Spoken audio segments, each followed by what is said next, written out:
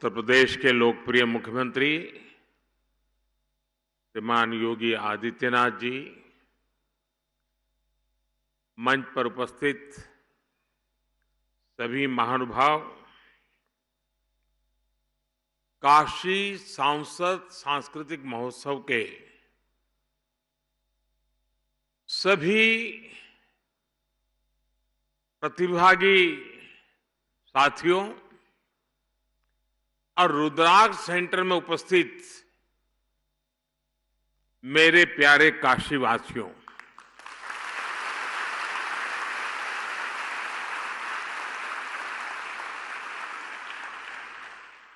बाबा के आशीर्वाद से काशी का सम्मान आज नीत नई नई ऊंचाइयों को छू रहा है।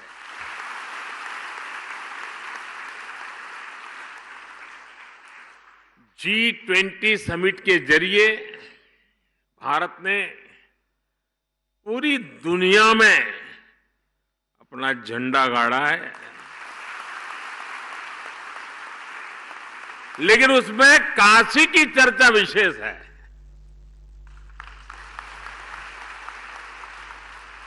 काशी की सेवा, काशी का स्वाद, काशी की संस्कृति और काशी का संगीत।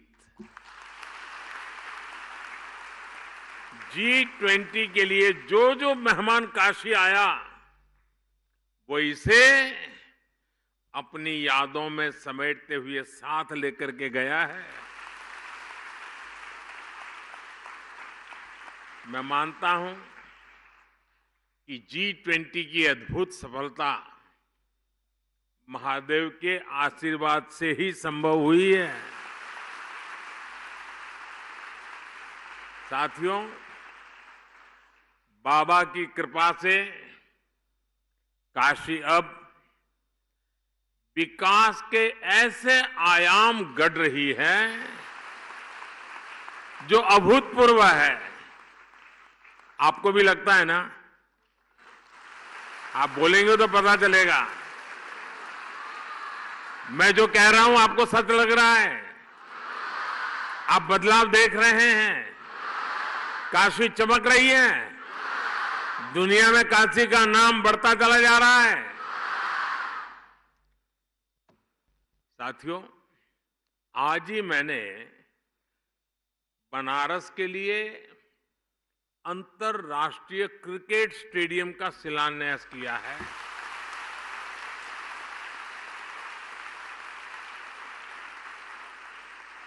और अभी अभी मुझे यूपी के 16 अटल आवासीय विद्यालयों के लोकार्पण का अवसर भी मिला है। मैं इन सभी उपलब्धियों के लिए काशी वासियों को बहुत बहुत बधाई देता हूं।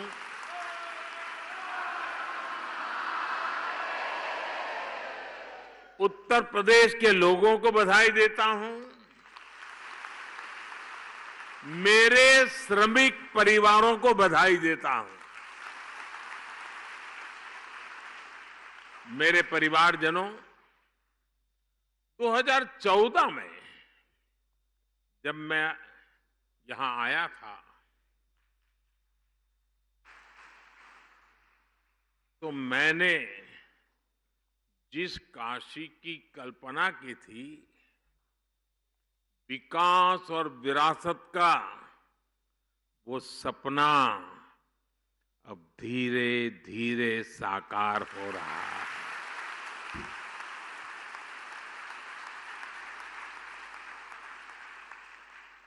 दिल्ली में व्यस्तता के बीच भी मैं काशी सांसद सांस्कृतिक महोत्सव के जो आपका कार्यक्रम चला और मैंने तो देखा, बहुत व्यापक रूप से लोगों ने हिस्सा लिया। तो मैं कभी रात को देर से पहुंचता था तो भी 2, 5, 10 मिनट निकाल के वीडियो देख लेता था क्या चल रहा है। और मैंने देखा बड़ी प्रभावित करने वाली आपकी प्रस्तुतियां थी। अद्भुत संगीत, अद्भुत प्रस्तुति। मुझे गर्व है कि सांस्कृतिक महोत्सव के जरिए मुझे इस क्षेत्र की, इस धरती की इतनी सारी प्रतिभाओं से सीधा जुड़ने का अवसर मिल गया। और अभी तो इस आयोजन का ये पहला साल रहा है, लेकिन फिर भी इसमें करीब 40,000 लोगों ने, कलाकारों ने हिस्सा लिया और लाखों दर्शक प्रत्यक्ष रूप में इसका आनंद लेने के लिए आए। मुझे विश्वास है बनारस के लोगों के प्रयास से आने वाले वर्षों में यह सांस्कृतिक महोत्सव अपने आप में काशी की एक अलग पहचान बनने वाला है।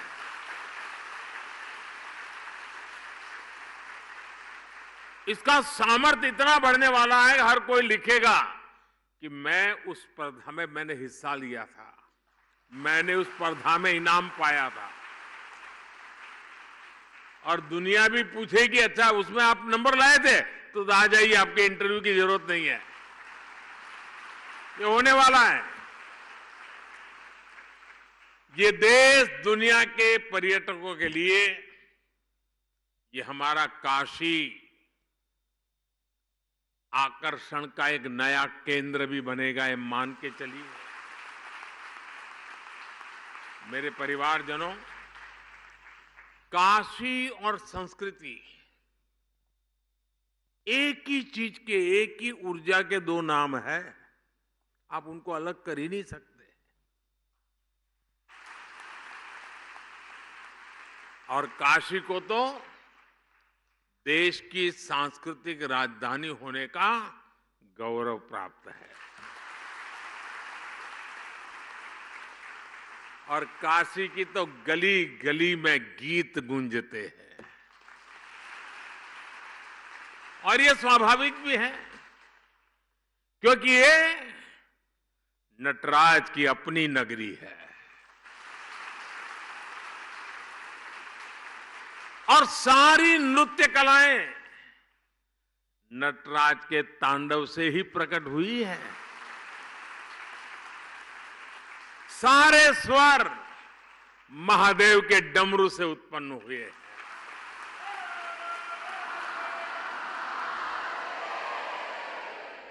सारी विधाओं ने बाबा के विचारों से जन्म लिया है।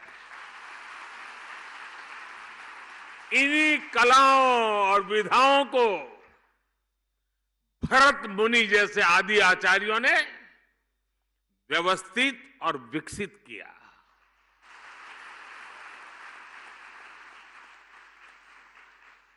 और काशी मतलब 7 वार 9 त्योहार, ये 7 वार और 9 त्योहार वाली मेरी काशी में कोई भी उत्सव गीत संगीत के बिना पूरा हो ही नहीं सकता। चाहे घर की बैठकी हो या बजड़े पर बुढ़वा मंगल,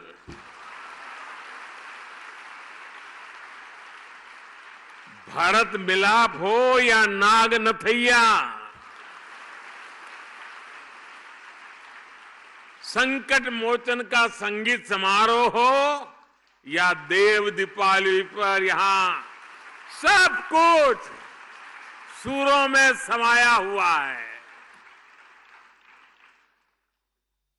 साथियों, काशी में शास्त्रीय संगीत की जितनी गौरवशाली परंपरा है, उतने ही अद्भुत यहां के लोकगीत भी है। यहां तबला भी है, यहां शहनाई और सितार भी है, यहां सारंगी के सुर भी है, और यहां वीणा का वादन भी है। ख्याल, ठुमरी, दादरा, चेती और कजरी जैसी कितनी ही विधाओं को बनारस ने सदियों से सहेज कर रखा है। पीढ़ी दर पीढ़ी परिवारों ने, गुरु शिष्य परंपराओं ने भारत की इस मधुर आत्मा को जीवित बनाए रखा। बनारस का तेलिया घराना, पियरी घराना, रामापुरा कबीर चौरा मोहल्ले के संगीतज्ञ, ये विरासत अपने आप में कितनी समृद्ध रही है। बनारस के ऐसे कितने ही कलाकार हैं जिन्होंने पूरे विश्व में अपनी छाप छोड़ी है। मैं सबके नाम लेना शुरू करूंगा तो शायद कितने दिन निकल जाएं। कितने ही विश्व प्रसिद्ध नाम यहां अभी हमारे सामने उपस्थित है। मेरा सौभाग्य है कि मुझे बनारस के ऐसे कई सांस्कृतिक आचार्यों से मिलने का, उनके साथ समय बिताने का सौभाग्य मिला है। साथियों, आज यहां काशी सांसद खेल प्रतियोगिता के पोर्टल को भी लॉन्च किया गया है। सांसद खेल प्रतियोगिता हो, सांसद सांस्कृतिक महोत्सव हो, काशी में नई परंपराओं की ये तो शुरुआत है। अब यहां काशी सांसद ज्ञान प्रतियोगिता का भी आयोजन किया जाएगा। कोशिश यही है कि काशी के इतिहास, यहां की समृद्ध विरासत, यहां के त्योहार, यहां के खान पान के प्रति जागरूकता और बढ़े। सांसद ज्ञान प्रतियोगिता भी बनारस के शहरी और ग्रामीण इलाकों में अलग अलग स्तर पर आयोजित की जाएगी। साथियों, काशी के बारे में सबसे ज्यादा काशी के ही लोग जानते हैं और यहां का हर व्यक्ति, हर परिवार वो सच्चे अर्थ में काशी का ब्रांड एम्बेसडर है। लेकिन साथ ही ये भी जरूरी है कि सभी लोग काशी के बारे में अपनी जानकारी को अच्छी तरह बता पाएं। और इसलिए शायद देश में पहली बार मेरे मन में एक इच्छा है, यहां शुरू करूं। आप सबका साथ मिलेगा? आपको पता तो है नहीं मैं क्या कहने वाला हूं, फिर भी हाँ कह दिया। देखिए, कोई भी टूरिस्ट प्लेस होता है, यात्रा धाम होता है, तो आज के युग में उत्तम से उत्तम गाइड बहुत आवश्यक होते हैं।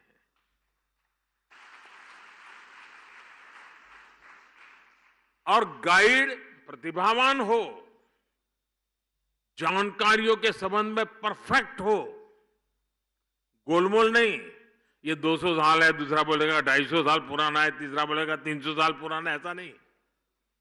वो 240 बोलेगा मतलब 240। ये ताकत काशी में होनी चाहिए। और आजकल टूरिस्ट गाइड ये भी एक बहुत बड़ा रोजगार बन रहा है, क्योंकि जो टूरिस्ट आता है वो सब चीजें समझना चाहता है और टूरिस्ट को, गाइड को पैसे भी देना चाहता है। और इसलिए मेरी एक इच्छा है और मैं कोशिश कर रहा हूं, शुरू करेंगे, अब यहां काशी सांसद टूरिस्ट गाइड उसकी कंपटीशन भी आयोजित की जाएगी। आप गाइड बनकर के आइए, लोगों को समझाइए एक एक जगह का विषय में और इनाम पाइए। उसके कारण लोगों को पता चलेगा कि इस शहर में गाइड का एक कल्चर बन रहा है।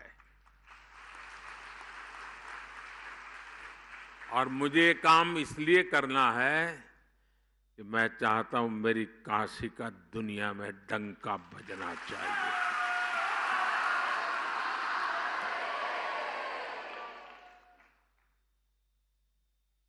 और मैं चाहता हूं कि पूरी दुनिया में अगर कोई कहीं गाइड की बात करे तो काशी के गाइड्स का नाम सबसे सम्मान से लिया जाए।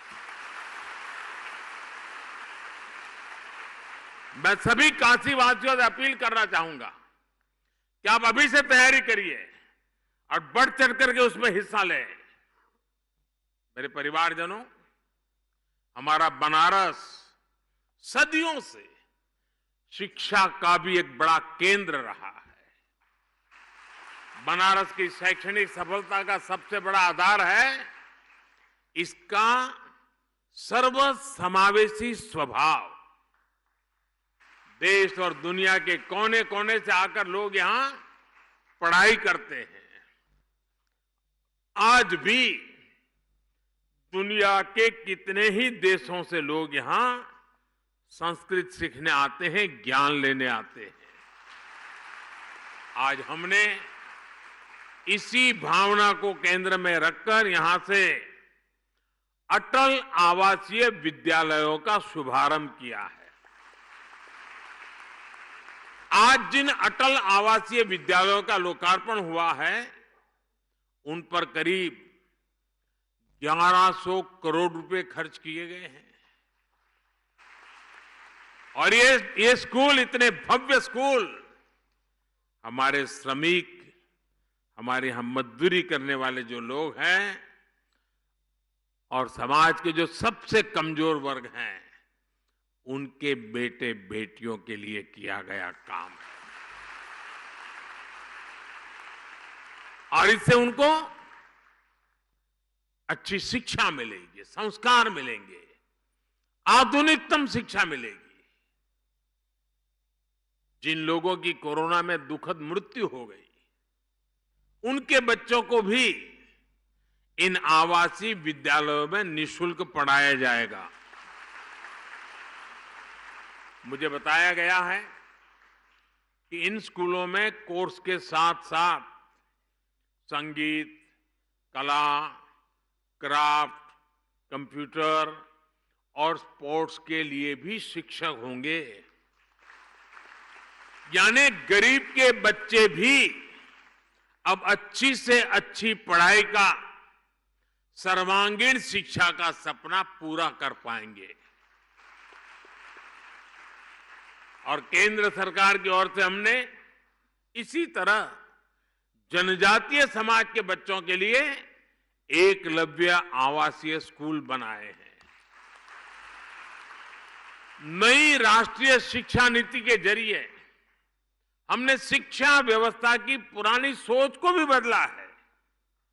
अब हमारे स्कूल्स आधुनिक बन रहे हैं, क्लासेस स्मार्ट हो रही हैं। भारत सरकार ने देश के हजारों स्कूलों को आधुनिक बनाने के लिए पीएम श्री अभियान भी शुरू किया है। इस अभियान के तहत देश के हजारों स्कूलों को मॉडर्न टेक्नोलॉजी से लैस किया जा रहा है। साथियों, काशी में सांसद के तौर पर जो भी नए कार्यक्रम शुरू हुए हो रहे हैं उन सभी में मुझे आपका भरपूर सहयोग मिल रहा है।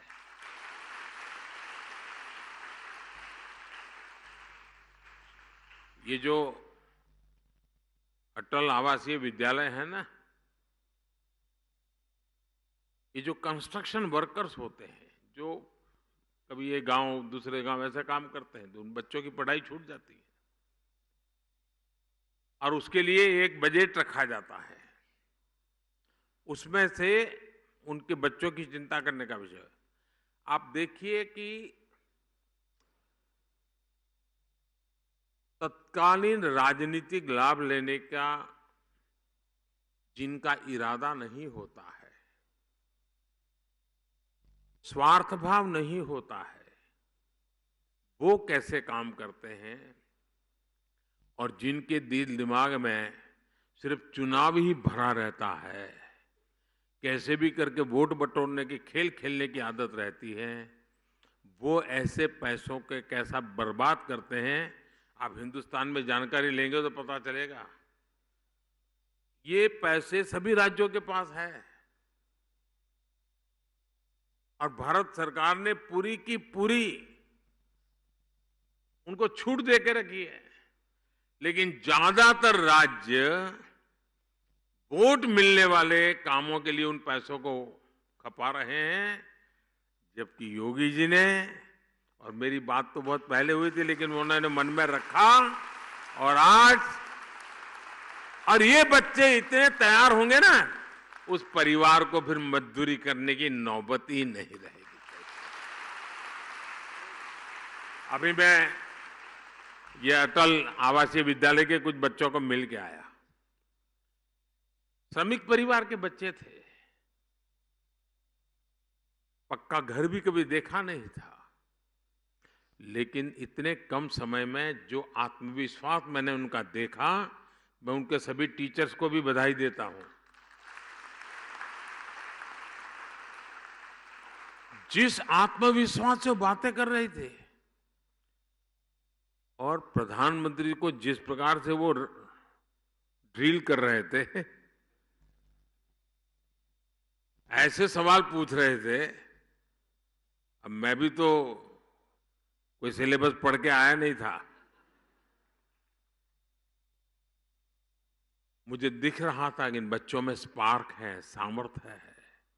और मैं पक्का मानता हूं दोस्तों, 10 साल के भीतर भीतर देखना, इस स्कूलों में से उत्तर प्रदेश की, काशी की आन बान शान निखरने वाली है।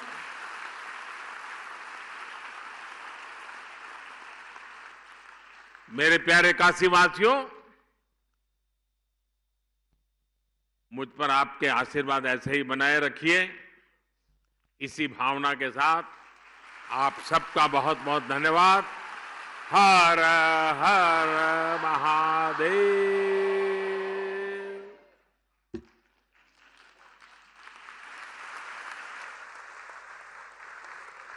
बहुत बहुत धन्यवाद माननीय, आपके प्रेरणादायी उद्बोधन ने हम सबको एक नई ऊर्जा दी है।